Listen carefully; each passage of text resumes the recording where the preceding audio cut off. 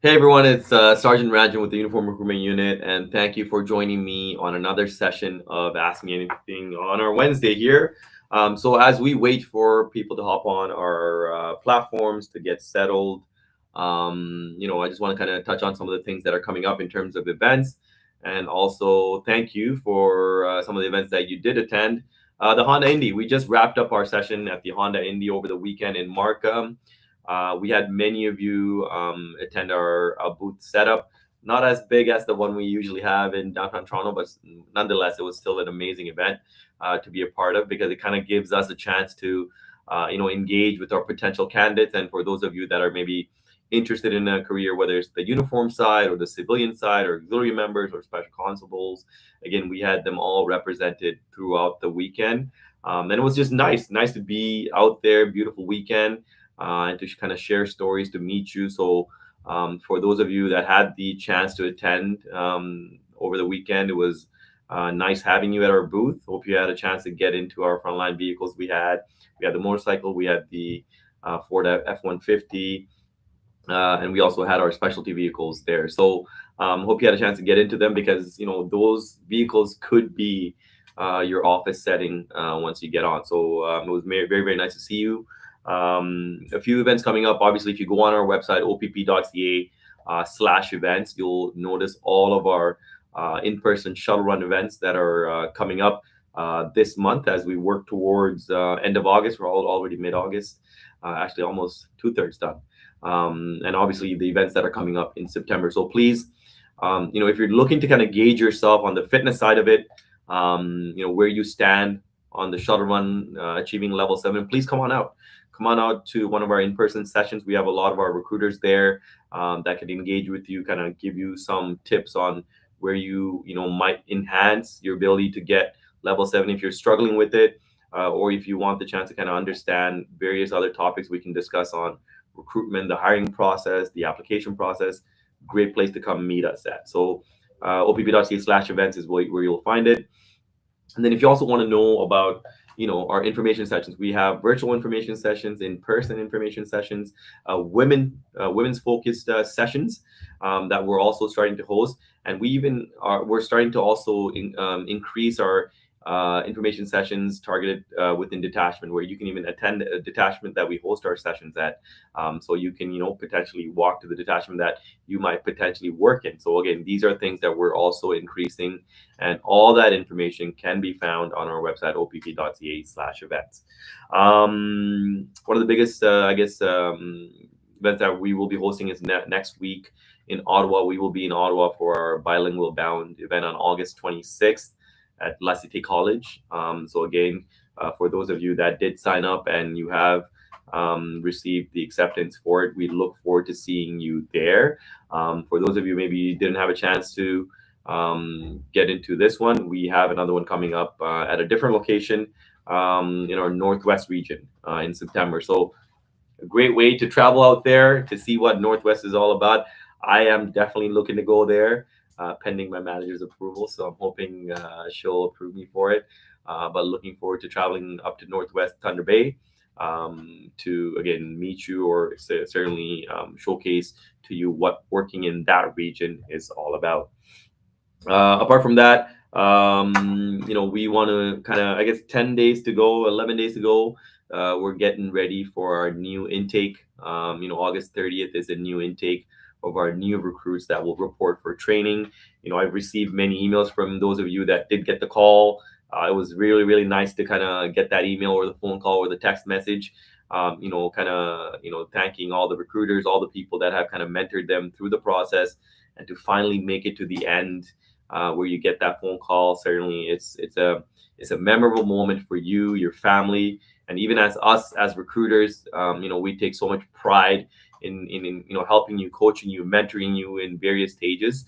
So when we get that email and the phone call from you, that you got the call, it's a huge win for us, just as much as it is for you and the organization. So again, all the best to all the new recruits that will be joining us for training on August 30th. And for those of you that are still in the process, waiting to get on for our next intakes, which is coming up in December, keep at it. Keep focused a stage at a time. If you need to reach out to us, opp.ca slash careers or through our email. Please touch base with us. If you have any questions, absolutely any questions you may have, we are here to help you through, so you are successful and you achieve your goal. So looking forward to helping and mentoring many of you through the process. And finally, I have to kind of show this off a little bit. So right here, you see a red pin. That's our fitness pin. Every year I try to make sure I obtain it, which is something we ask of you in our fitness logs, and which is something you also will do when you go to the academy. So I just got mine, my 14th year consecutive. So this year is the red one for the fitness pin. I'm hoping I can maybe get all 30 years of it. It does get a little bit harder, I guess, every single year because you're not athletic as you think you are as the year passes. But again, I think that's where the whole commitment to fitness and making sure you're on top of it helps you right through. So again, I just got it, and it's something that I'm very, very proud of. Okay, so we have the chat group set up, and I can see many of you are already hopping on. So thank you for that. Please enter your questions there. As I always say, and I try to answer as many questions, if not all of it. Let's see, maybe today is the day that I get through all of it. Okay. Starting off with the first one. What should I do in high school to prepare for a career in policing, and what about post-secondary? Our belief always is, education is important. Education is the gateway to all the success that you can potentially receive. So high school, as you know, is the minimum requirement. You need to have a high school diploma to be eligible to apply. Post secondary certainly helps. It makes you a lot more competitive through the process. Many of our candidates that we see in our process do come with the post secondary education. And your post-secondary education can be in any field that you want to pursue. It doesn't have to be related to law enforcement specific. It could be in any field that you want to pursue. And when you go through the post-secondary education, or even obviously any sort of studies, again, it gives you the discipline to focus and study and learn, retain information, and learn how to maybe do exams and tests. And this is important because once we hire you, when you show up to the Ontario Police College, you are put in a learning environment, in the sense you have to go to class, you have to study, you have to retain information, and then there are exams that you need to successfully pass. And at the Ontario Police College, a pass is 75%, not 50%. So again, that is something we want to make sure that you can be put in a learning environment. You're able to cope with that stress. You're able to retain information. You're able to learn, work with others on projects, so that way you can be successful. So that is how we review your competitive level, and even the 10 areas of assessment, which I will probably refer to throughout the session today. Education is one of the areas that we assess you on. So it is very, very, very important for you to be eligible to be successful in our hiring process. And with that note, maybe I'll just even highlight, the minimum requirements that you need to meet. Again, opp.ca/careers is where you can get all this information at your own leisure. Minimum 18 years of age or older, you have to be to apply. You have to be a Canadian citizen or permanent resident. You have to have an Ontario Secondary School diploma or an equivalent if you obtained your education in another part of the country and in another country. You have to have a full G license with no more than 6 demerit points, no criminal record. You have to be able to read, write, and speak English clearly. You have to have your level C first aid and CPR. Again, this is something you don't need to have right off at the application stage, but certainly something you do need to have prior to job offer. And finally, you have to be able to get level 7 on the shuttle run, which is the fitness testing that we currently have in the OPP when it comes to the hiring process, once at the start and once at the end of the process. Okay, so that is what I would kind of articulate for the education piece. So it's important. Again, post-secondary education is beneficial, so please, if that is something that you want to pursue, make sure you pick the right degree that suits you. I'm about to submit my shuttle run, but when I was doing it, the camera moved on me, and you can't see the end line of my shuttle run.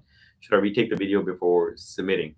So we have to be able to see the start line, the 2-meter warning line, the 18-meter warning line, and the 20-meter end line. That is how we assess you if you're submitting a virtual video to us. So if your camera moved and we can't see it, I would really recommend that you redo the video and resubmit another one, because if you submit the current one, we review it, and if we see that it doesn't meet parameters, we're going to ask you to redo it again.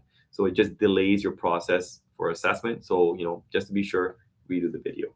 And again, I know many people, you can't have someone there with you to take the video or hold the camera. If you're able to do that, that's great. But if not, certainly do your best to use an assistant device to capture that. Okay. What are the interview sessions like for the OPP? Great question. For the OPP, we currently have one interview. It could be virtually done or in person. It's the local focus and essential competency interview blended into one. So currently, just one interview is what you would complete, and this is something that you would do right after you are successful at the shuttle run or the fitness stage. And I'll go over the process of each of the stages. So when you show up to our interview, again, for example, if it's virtually conducted, you would join us via a link that we would send you. And you would speak to a recruiter like myself. Who knows? I might be the one that might be interviewing you coming up. So again, we would usually join via a virtual link. And usually the interview focuses primarily on you. So everything that you submitted from your application, the 10 areas of assessment, again, I'll go over that. So the 10 areas of assessment is what we focus on, from your driving, your education. We would focus on your lifestyle and life experience, your community service experience, your employment history, your leadership attributes, your driving history, your communication skill, maybe special skills that you have or training that you have that you bring to the table, your motivation. We would certainly focus on the motivation on why you want to pursue this career. And finally, your physical and mental fitness. So how is it that you're able to maintain those standards? So those are the 10 areas that we review throughout the interview. Again, there's some paperwork that we would send you, the personal history form or the pre-background questionnaire, just to get more information about your personal situation, your finances, your family members, and also your pre-background questionnaire will essentially assess all your history when it comes to your past employment, your work history, your driving history, right? Things of that nature. And we do this so when we meet you in the interview, we try and understand you as an entire wholesome person. So we want to know everything about you, not just one area, because we're assessing you from various points of perspectives, just to see if you're a strong candidate for this position, the police officer position.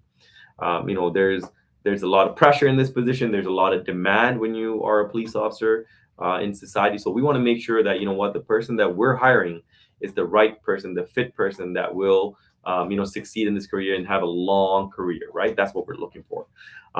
So again, if you join us on many of our AMA sessions or information sessions, we really do try to dive into the preparation for the interview, what you need to do and how you should approach it. So again, if you go on our social media or come to our in-person sessions, we do focus on this. Okay. Hi, Sergeant Ranjan. I applied and passed my fitness stage. However, I was later rejected and told to reapply following a year. How can I better my chances for my next application? And first of all, I'm sorry to hear that you weren't successful in our application process. As each class we hire 4 times a year. Every 3 months we hire. So the next intake is going in September, as I mentioned earlier. And all the recruits are, reporting on August 30th. Again, this class, I believe, is somewhere around the 115 mark in terms of how many people that are being hired. So it is a very competitive process. So you are competing for minimum or minimal slots available for the amount of applications that we get. So it is a competitive process. If you assess yourself on the 10 areas of assessment that I had just mentioned, you should go back and look at that and assess yourself and seriously look at how strong you are in each of these areas. And if there are areas that you need to improve on, which there probably is, that is probably what you need to look at to see how you can enhance yourself, better yourself. And there's many ways you can enhance yourself in each of the areas. And if you're having maybe trouble and you want some sort of guidance, please email us or reach out to us, and certainly we'll give you the opportunity to speak to maybe one of our recruiters to do that, right? If it's possible. Okay. So self-assess, Look at your overall application, see where you need to improve, and come back stronger with your next application when you apply the next time around. Okay. Question: will Canadian Armed Forces experience boost my resume? Absolutely. I remember going through my recruit class, and I think at least I had 10 members that were from the Canadian Armed Forces, from the military, and various levels and units from the military. Certainly, that is a huge experience. You would have probably dealt with a lot of adversity in that role. You would have probably been in a lot of demanding situations. Maybe you had to think quick on your feet to problem solve or take leadership to lead people that are under you or working with you. So these are all skill sets that you would absolutely gain an advantage when you go through in being an officer with us and once you're hired. So, and many of our officers are also still involved in the military. Even when you take on a position as a provincial constable, you are still able to continue your military role if you choose to do so. So again, that is something allowed, and many of our officers do that. So certainly, I think that would be a plus point for you if you do have that under your belt. What happens if someone declines a conditional offer? So I can go various ways with this question, but I'll try to keep it very simple. So if you had declined a conditional offer based on maybe a personal situation and you were not able to attend a class or the upcoming class that we offer you a spot for, you are able to, see if you can attend the next class. You just kind of have to just let us know what your circumstances are, what your situation is, so that way we work with you to support you as you need it. We understand people have, families and responsibilities and obligations. Sometimes things come up that you just aren't prepared for. So we're not going to penalize you for that. We will work with you to ensure that, all the time that we have invested in you in going through the whole entire recruitment process, we make sure that we want to set you up for success. So if we can accommodate you at a class because of any situation that came up on your end, we will try to work with you to accommodate you for the next intake. Okay. Great questions. Great questions. Can you go straight to a duration posting straight out of OPC? Yeah, so that's usually what happens. So when you apply and you are hired, once you complete your training, if you accepted a duration posting, whether it's 2, 3, 4, 5, or 6 years, you would naturally, after successfully completing your your training, you would then report to your duration posting. And once you finish your duration posting, the time limit that you signed up for, now you have the chance to renew another duration posting if you love it there and you want to stay at your duration. Or if you feel like, you want to move somewhere else in the province, you can also do that too. So take advantage of, that opportunity. Obviously, there is a financial incentive. For those of you that were not aware of it, there is a financial incentive that we offer you based on the timeline that you pick, that you are paid. You're paid on top of your salary, right? Again, if you go on our website, opp.ca/careers, we break down what that financial incentive is for each of the different duration classifications. Okay, so that's great. And again, we're always looking to help members that are interested in maybe going to our Northeast region or Northwest region. And maybe if you are interested to find out what the regions are all about, come to our Northwest region bound that will be happening in September. I am definitely going to try to be there with my partner there, Siobhan. So hopefully, if you're able to make it, certainly we'll meet you there, and you truly get an understanding for what that region is and what that region has to offer.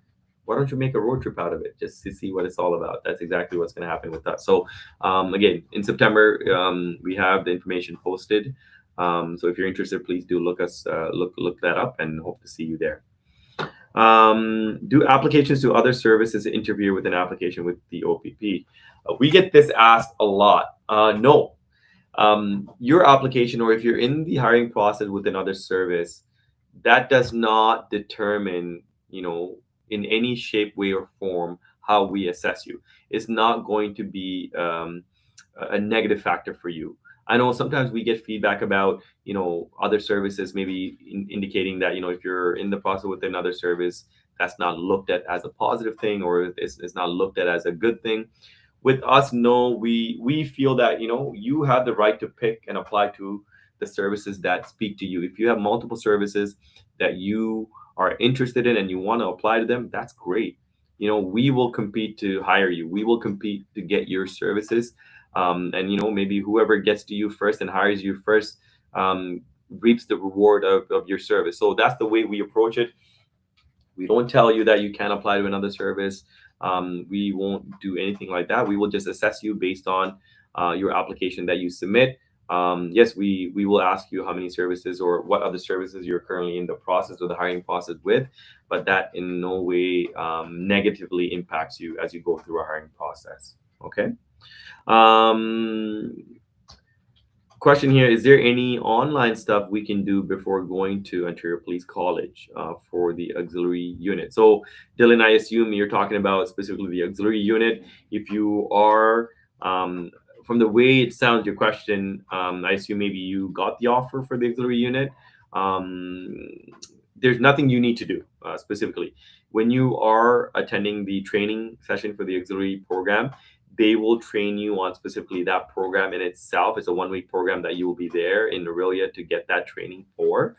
But if you want to read up on the auxiliary program, certainly go on our website, opp.ca/auxiliary, and you'll understand what the program is, what the training session looks like, what the incentives of the programs are. That is something you can learn further about. But when you go to the training, we will make sure you are topped up on all the training that we offer. Okay. Another question. I'm currently working as a helicopter pilot. Okay, that piques my interest. With a lot of skills, and I could transfer to the OPP. What would I expect if I were to apply to be a successful candidate? Could I go right into being a pilot, or do I need to apply as a provincial constable? So, great question, and I'll give you the answer. You can actually pick and choose which stream you want to be considered for.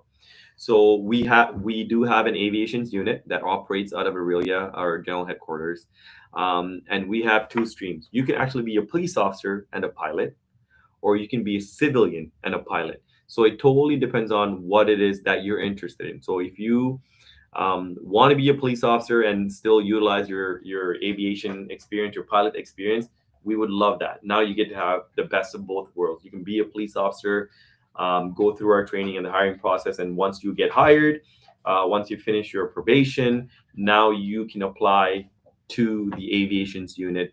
And with your experience, like I said, we are always looking for someone with this type of a skill set. So again, that would be beneficial for us, and you can compete. And then obviously, I don't see why you would not be successful. I think you'll be very, very successful very quickly to be a pilot and a police officer. If you have no interest in being a police officer, you can still work for the OPP as a pilot, as a civilian.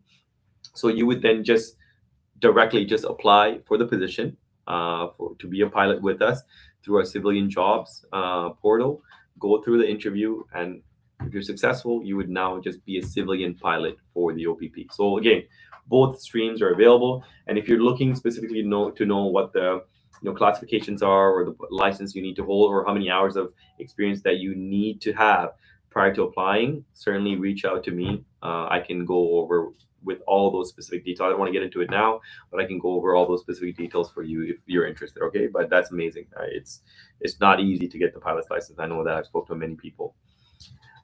Does a visitor visa is a visitor visa enough to meet the minimum requirement to apply? No, so unfortunately not.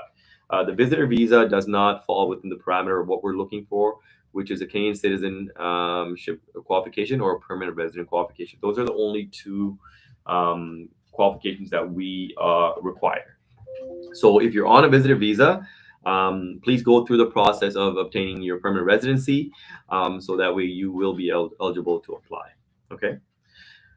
Question here: I have had hearing aids since birth. Are there any members that wear hearing aids?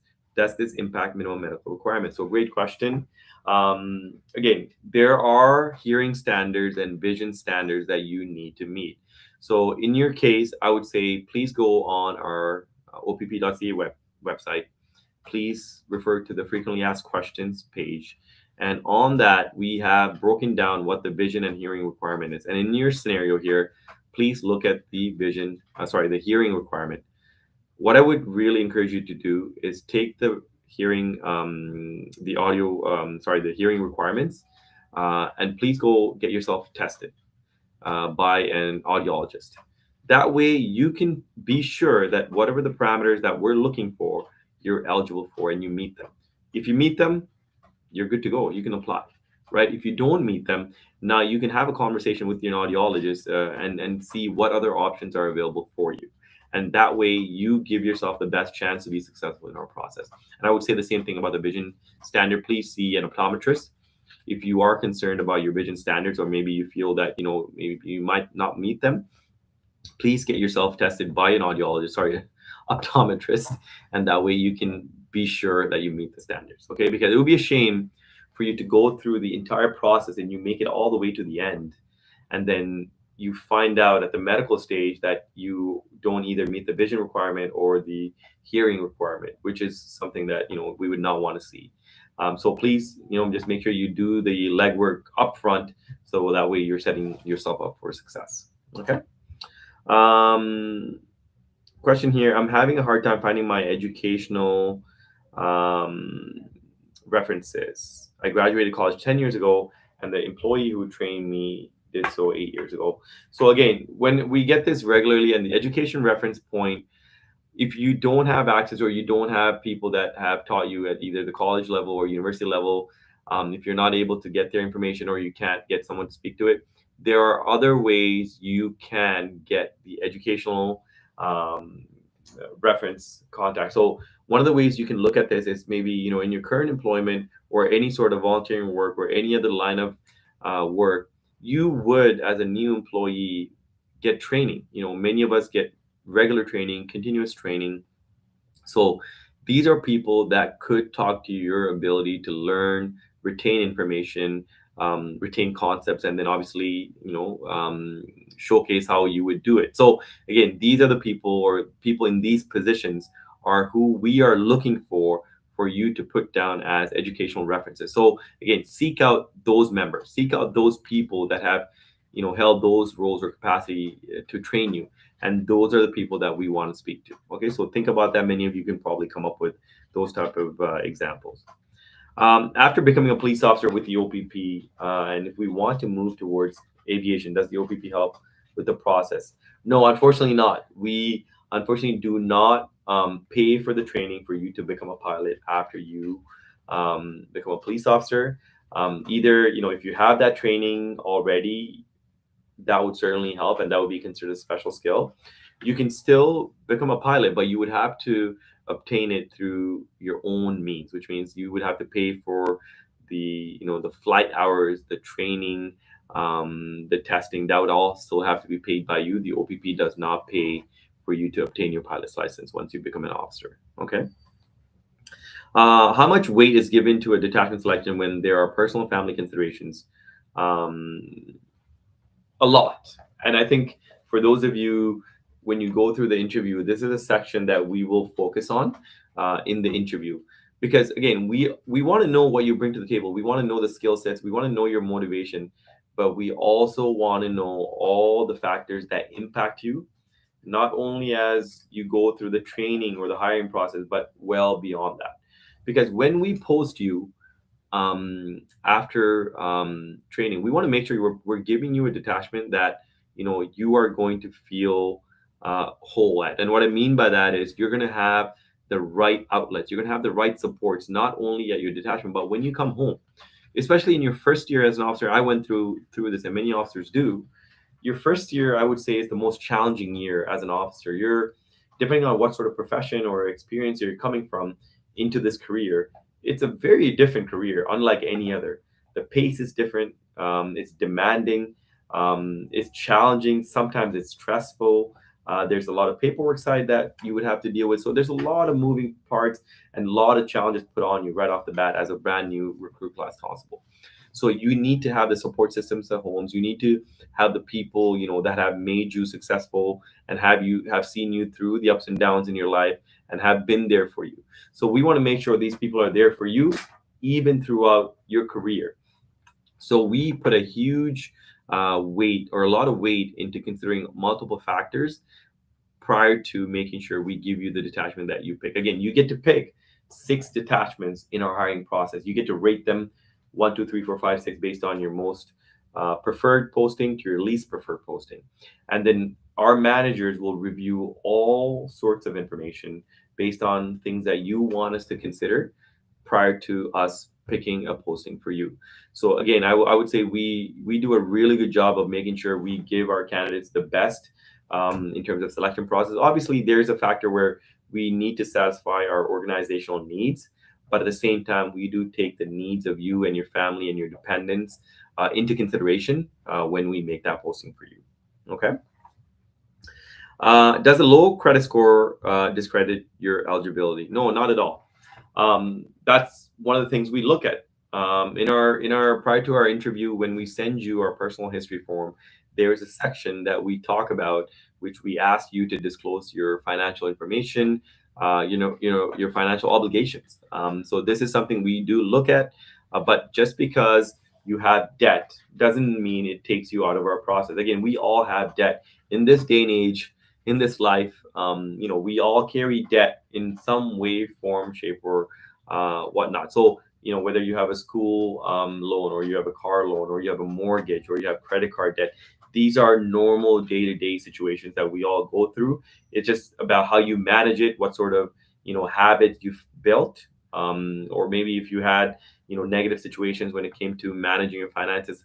We want to see how you've improved from it, how you learned from it, or how you overcame it. So these are the things that we're looking for. And again, it's a conversation that we will have in the interview for you. We give you a chance to articulate yourself, explain situations, maybe if you did run into some financial trouble. But again, don't just assume that that takes you out of the process. Have full confidence that we will see your entire file through and assess you on each of the areas, not just one area. Okay. Are special constables required to complete the shuttle run? Yes, special constables also required. They are required to complete the shuttle run, but they are not required to achieve level 7. Their testing parameters are different. Their physical parameters are different. So again, if you are looking for that specific position, please visit opp.ca/careers. Look at the special constable hiring process, and we break down everything there for you, right, in terms of what level they would need to achieve there. Do we get to choose the training intake session once selected? What are the options? Can we ask for leave during our training? Again, so you have multiple questions there. You're asking multiple scenarios. Again, based on, I'll try to answer it this way. We try and post you to the first upcoming intake that you're eligible for. So, for example, if you're in our hiring process now, as I mentioned, our next intake is August 30th, and there was a cutoff date for offers to be sent out. So if you didn't make the cutoff date where your file was still in progress, and we didn't complete your file because we were waiting for maybe the background to be completed or your psych testing to be completed, naturally you wouldn't have the option to get into that intake. Now, at that point, what would naturally happen is you would now be eligible for the next intake, which is coming up in December. So if your file is completed and you're ready to go by the deadline, then we would naturally select you for that. And going back to my initial question that I answered with the other person there, if for whatever reason, if there's a personal situation or family situation and you can't attend the intake that we have offered you for, please let us know. If there's a family situation that happened, emergency situation that's come up now that needs your attention, we will work with you to see how we can mitigate that situation. Again, we don't want to send you to an intake if you can't participate in it, because you can't miss any portion of the training, because the training at the Ontario Police College and the Provincial Academy is mandatory for you to be successful and for you to pass BCT, the basic constable training. So again, we don't want to send you to an intake if you can't fully participate in everything that's needed to be completed there. So again, we will work with you to address that situation. If you need to, maybe during training, go for something that's requested or emergency, again, we will work with you on a case-by-case basis. But if you miss a prolonged time of training, we can't, pass you on as certified in terms of completing all the required mandatory segments. Okay. At what point does age become a weighted factor in the decision to hire a prospect, speaking to being older than the minimum, 35 to 40? It never is. There is no factor. Age is not a factor for us to consider your suitability. The age is a factor. All you need to be is 18 or older. That is when the age is considered. Anything beyond that, it truly comes down to your ability to meet the minimum requirements, pass all the testing processes that we have in place, and if you're a suitable candidate, we will hire you.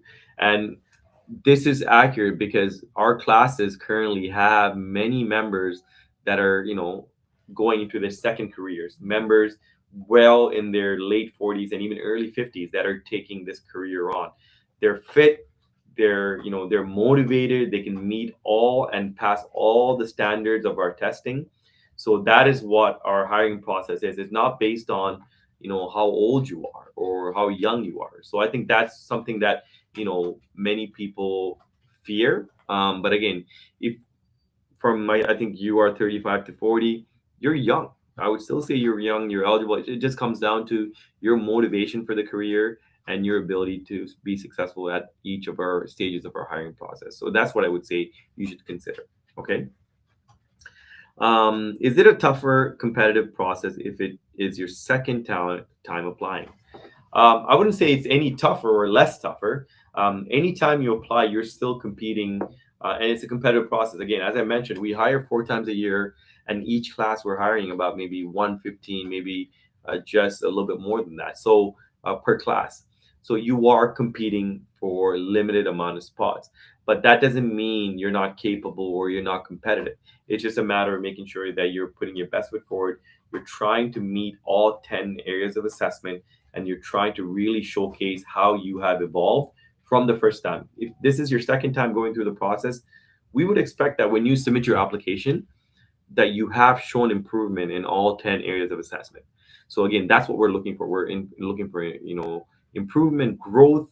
If you were not successful with the application the first time around, please don't submit the same application with the same experience.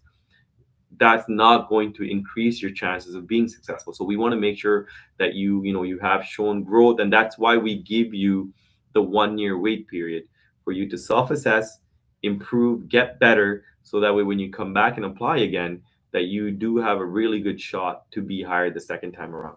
Okay, so just keep that in mind. Question here. Can you work specifically on a tactical emergency response team with a specialization, or would you still be on a regular duty patrol? So we have specialty units. So everyone starts off as a frontline patrol officer, right? Everyone starts off as a frontline police officer. That's the bread and butter of policing. So when you're hired, after you successfully finish your training, you would enter your probationary period, which is 12 months, at the detachment that you have accepted your posting for. Once you successfully complete probation, in my experience and what I've seen very consistently, usually officers, it takes time. It takes time for you to understand the role of a police officer. It takes time for you to get that experience as a frontline police officer. You're dealing with so many different aspects of policing, and it takes time for you to learn all that. Usually, it takes about 3.5 years for you to become a first class constable from after you successfully pass training. When officers hit the first class constable rank after 3.5 years, that is when officers now really try to look at all the other areas or specialty units that the OPP has. And I can tell you the OPP has a lot of specialty units that focus on various type of specialties. So if you, for example, you have interest in tactical or emergency response team, so we have two areas there. We have the ERT team, the emergency response team, and we have the TRUE team, to the tactics and rescue unit. So again, the emergency response officers work out of the detachments that they're working in. You can actually apply to be an ERT officer in your detachment that you are designated, and each detachment has certain designations of how many ERT officers are eligible to work out of there. And then you have the tactics and rescue unit, which is deployed out of certain regions. We have them currently in our East region, West region, and our Central region. So if you're looking for those units, you are eligible to apply. If you feel you want to apply right after finishing probation, absolutely you could. No one's going to stop you, but maybe you might not have the skill sets and the experience or the abilities they're looking for in those units.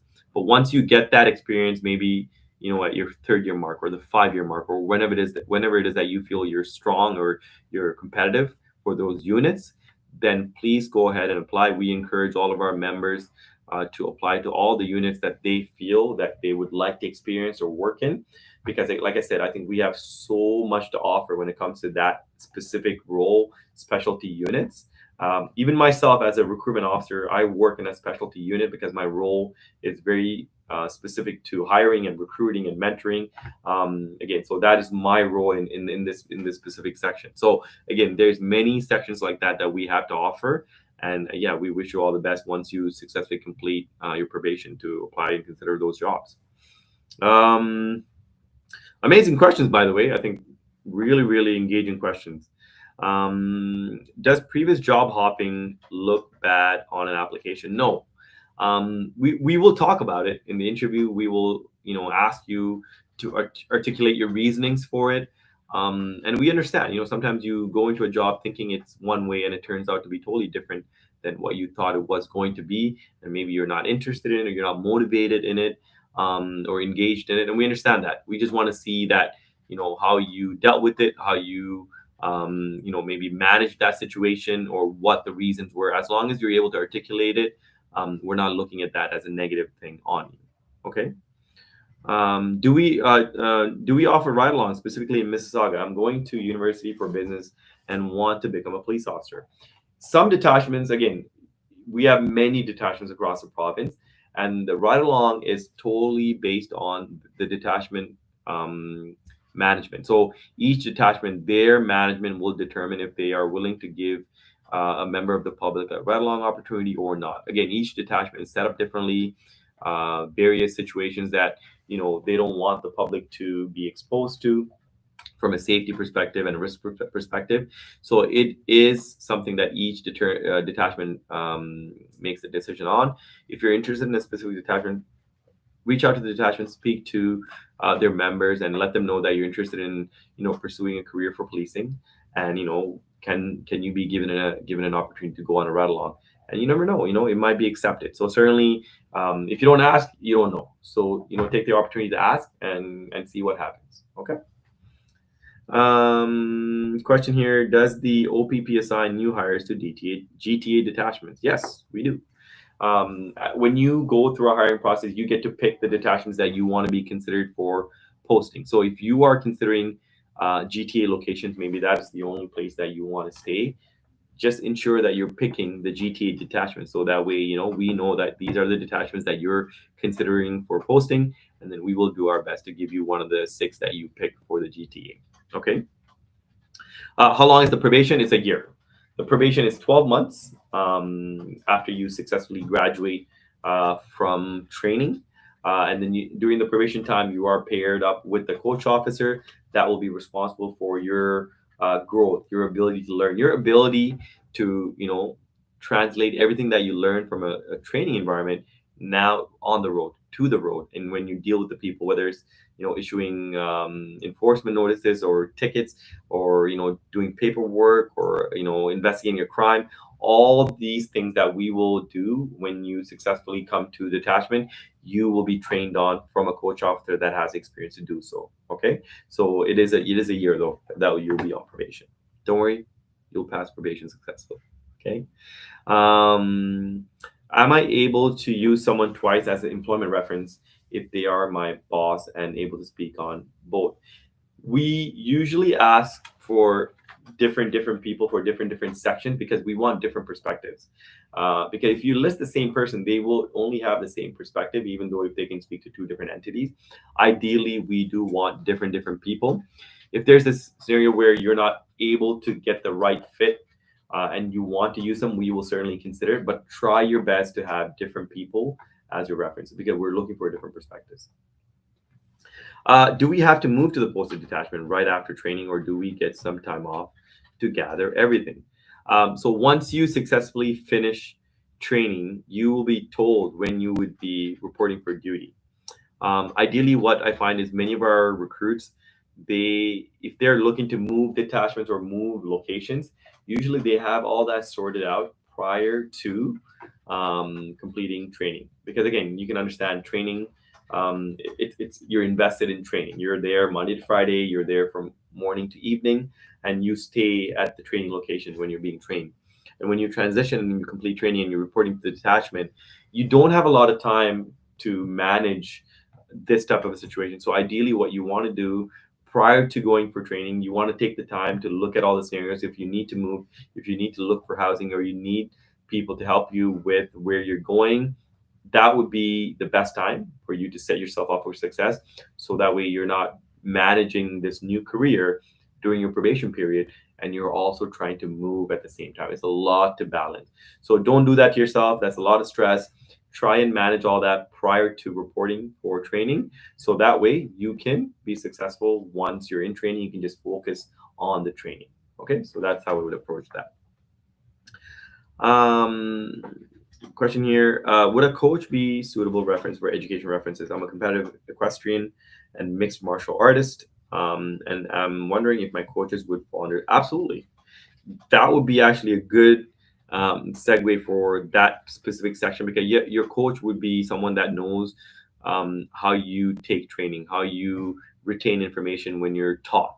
So yeah, absolutely, I think that would be a good consideration for someone that you could put down. Again, usually we will come back to you if we see that you put someone down and they're not the suitable fit. We will come back and tell you, hey, you know what, that's not what we're looking for. Please, give us other information or another personnel that can speak to this specific area or that specific area. So again, we will work with you, but yeah, definitely I would say that would be a good start. I'm currently in a consumer proposal on my application, but my credit score is good now. Okay, so let me rephrase that. Sorry, I misread the question there. Is a consumer proposal Does a consumer proposal look bad on an application? Whereas now I have good credit score. Again, if I think I kind of mentioned this earlier, we do look at your finances. So if you had challenges with your finances in the past, you know, we want to see how you improved from that. We want to see how you learned from that mistake. How have you learned to manage your finances better? So again, we're looking for a growth mindset. We're looking for people that are able to learn from their mistakes. We're not looking for a perfect candidate. There is no such thing as a perfect candidate. We want to see people that have overcome challenges, that have improved on themselves, worked on themselves, learned from their mistakes. Those are the things that we're looking for. And we're not going to assess you based on just that one situation. Like I said, we're going to look at you on a totality of circumstances. We're going to assess you on the totality of the situations of how you present. Okay. Um, if you pass the pin fitness and shuttle run test, do applicants have to do those tests again at OPC? So at the Interior Police College, so I'll break it down for you. So in our hiring process, currently, you have to get level 7 on the shuttle run twice. One at the start of the application, one once at the end. When you attend Ontario Police College, you still have to do the shuttle run again. And you also have to do the prep test, which is the obstacle course that you have to pass. So those are two things that you have to pass again at the Ontario Police College. The pin test is something that we do as a team environment, just so you can obtain your pin. This is something that's done not in the hiring process with us, but certainly when you go into the training environment, you will do the pin test as an OPP with the OPP recruit cohort. Okay, but at the Interior Police College, yes, you still have to pass the shuttle run again, and you also have to pass the prep test, which is the circuit. Okay. Um, if I have a firearm license, is that considered a special skill? Absolutely, that is definitely considered a special skill, because again, that is something that you invested your time and your money in getting the training, doing the online assessment, passing the test, and getting that license. So that is considered a special skill, and many other things. I know earlier we talked about the pilot's license. So the pilot's license is also considered a special skill. Why? Because you invested your own time, your own money, your own effort to get that training and be successful and maintaining that standard. So, I would say my special skill, I speak Tamil. I speak dialects of Tamil language, the Tamil language, and that's helped me many times over in my profession. And again, many of you speak multiple languages. Many of you have, maybe you're a black belt in karate. Maybe you have certainly an M license. Again, you can ride a motorcycle. So again, so many different aspects we want you to highlight. And I think one of the things I see regularly on the application, many people don't list a lot of experience and skill sets that they already have that they bring to the table. they don't list them in their special skills section. I think you're selling yourself short by not doing that. You should be talking about that. You should be sharing it and putting all that information there, so you can certainly promote and sell yourself in terms of how much of a competitive candidate you are. You know what I mean? So I think that's something I want many people to keep in mind. Moving right along here, I know we got less than 10. I seriously don't know how the hour passed away today. I'm curious about the essential competencies. Is it all in the areas of assessment, wheel? Are there additional competency I should prepare before the interview? Yes. So again, the 10 areas of assessment is what we focus on during the interview. But yes, there are competency questions that we're going to ask you, and no, the competency questions aren't all embedded in the 10 areas of assessment. Some of them might be, some of the questions that we may ask you for the competency might be part of the 10 areas of assessment, but some of them might not be. Again, the interview is also meant for us to kind of assess you on how you think on your feet, how you react, how are you able to share examples and scenarios, right, based on your past experience, whether it's personal or life or education or employment, right? That's why the wholesome interview is we assess you in different areas, different criterias, right? So do the best you can. Many people, and I know I had this too, like when you're going into the policing interview, you're nervous, and nerves are part of the whole experience, but don't let the nerves overtake your ability to perform. And do the best you can. We ask you a lot of questions. We talk to you about a lot of things. If you feel maybe you dropped a question or you didn't answer it to the best of your ability, don't worry about it. We're going to ask you another question. Another one's going to come up after that, and another one after that. So again, just reset and focus on the question that's coming up, because you can probably answer the next one better and keep moving forward, right? So don't be hung up on the one that you missed. Just focus on the one that you can hit out of the park. Question here. If an applicant was deferred for 1 year and during their self-assessment identify education community involvement as areas for growth, what would you recommend they prioritize during that year? Would you advise them to pursue additional post-secondary education, increase their community involvement through volunteering, or both? I would say both. And again, you don't need to go back to post-secondary education again. There are many online courses or training methods that you can do free of charge and still submit as a way for you to showcase to us that you are focusing on continuing learning, education, and improving, right? Volunteering, again, we offer the auxiliary program, which is an easy way for you to understand what policing is all about, get right along opportunities, understand the organization, but understand the profession, and still satisfy the volunteering perspective, right? The volunteering requirement. So again, there are other ways to achieve and meet requirements to make yourself competitive if you weren't successful the first time you apply. So again, different ways of looking at it so you can be successful. Okay.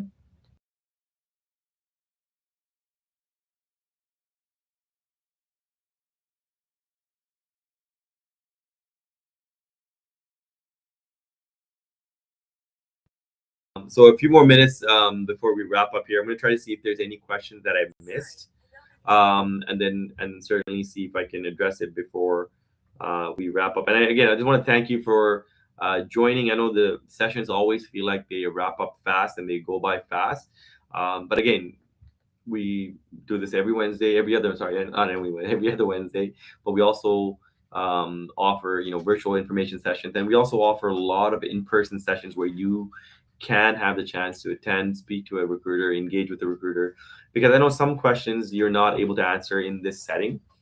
Maybe it's a private conversation that you want to have, and you want to maybe speak to a recruiter on a one-on-one basis. So please, if that's the case, certainly we are available. Just email us opp.ca, or certainly reach out to our detachments to speak to a recruiter, or social media messages on social media, so we can address them for you. Okay. Here, just a few more questions. Maybe I want to make sure I didn't miss anything. Just looking at some of the comments here. I usually try to get your questions, so I never see some of the comments here. Um, Question here.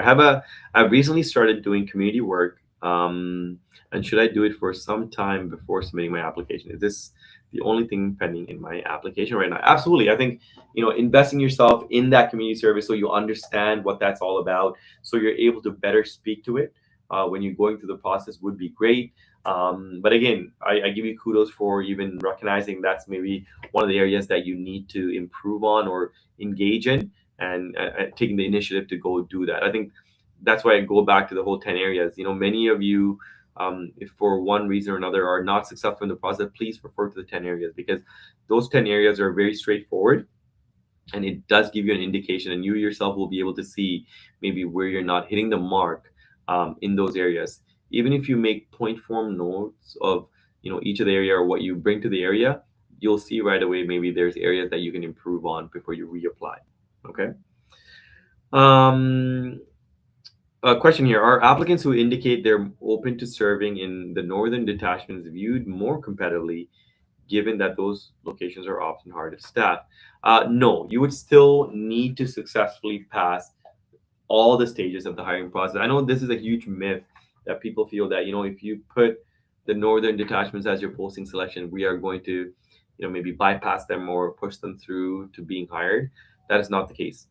You would still need to successfully pass all the stages. Certainly, again, it's a benefit that you are including the northern areas, but do so if you truly want it. Don't do it if you're just using that as a way to enhance your selection, because in the long run, if that's not where you want to be, you're not going to be happy if you're posted there. So pick the detachments that you truly want to work in, and if it happens to be our northeast and northwest, that's great, because I think you'll have amazing opportunity to see a part of the province that you otherwise would not have, and the amount of opportunities for growth and learning and courses and training that we offer there are hands above. So again, something for you to consider, but again, you would still need to meet all the requirements that you need prior to being given a job offer. Okay.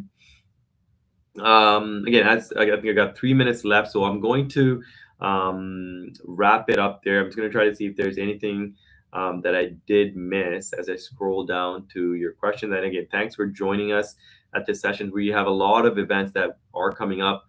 So if you're interested in attending, whether it's a female focused event or a shuttle run event or information session, or even our other events that we host, I know on August 19th, we'll be in Brampton for Hockey Night in Brampton. We're going to be at that event. So again, opp.ca/events is where you would need to go to understand all the different things that are happening across the province. We're all over the place, by the way. And also our social media, OPP Careers, on various platforms. We share a lot of good information, a lot of insight into all the different things that you need to consider prior to applying. And it's a great way to reach and engage with us on our social media platforms. But yeah, look forward to seeing many of you, whether it's in person at the interview or our session. And again, if you're starting off in this process, it may seem a bit daunting, because you have a lot of stages to go. Just focus one stage at a time. As you're going through each of the stages, that mountain top is more and more achievable. And then again, if you have any questions about anything, don't hesitate to reach out to us. Because again, we are able to kind of focus on what it is that you need maybe clarity on or help with, and we can speak to those areas specifically. Okay. And I'll leave you with one quote. I saw it again. I think we posted it, which was a motto for my class when I got hired. It was by Nelson Mandela. It always seems impossible until it is done. So, where you are, it might seem impossible, but know that, what, when you achieve it and when you look back on it, it's a whole different feeling, right? So it always seems impossible and until it is done, and certainly you have to have the belief that you can get it done. So until next time, enjoy the Wednesday, enjoy a beautiful day out there today, and we will see you whether it's in person or virtually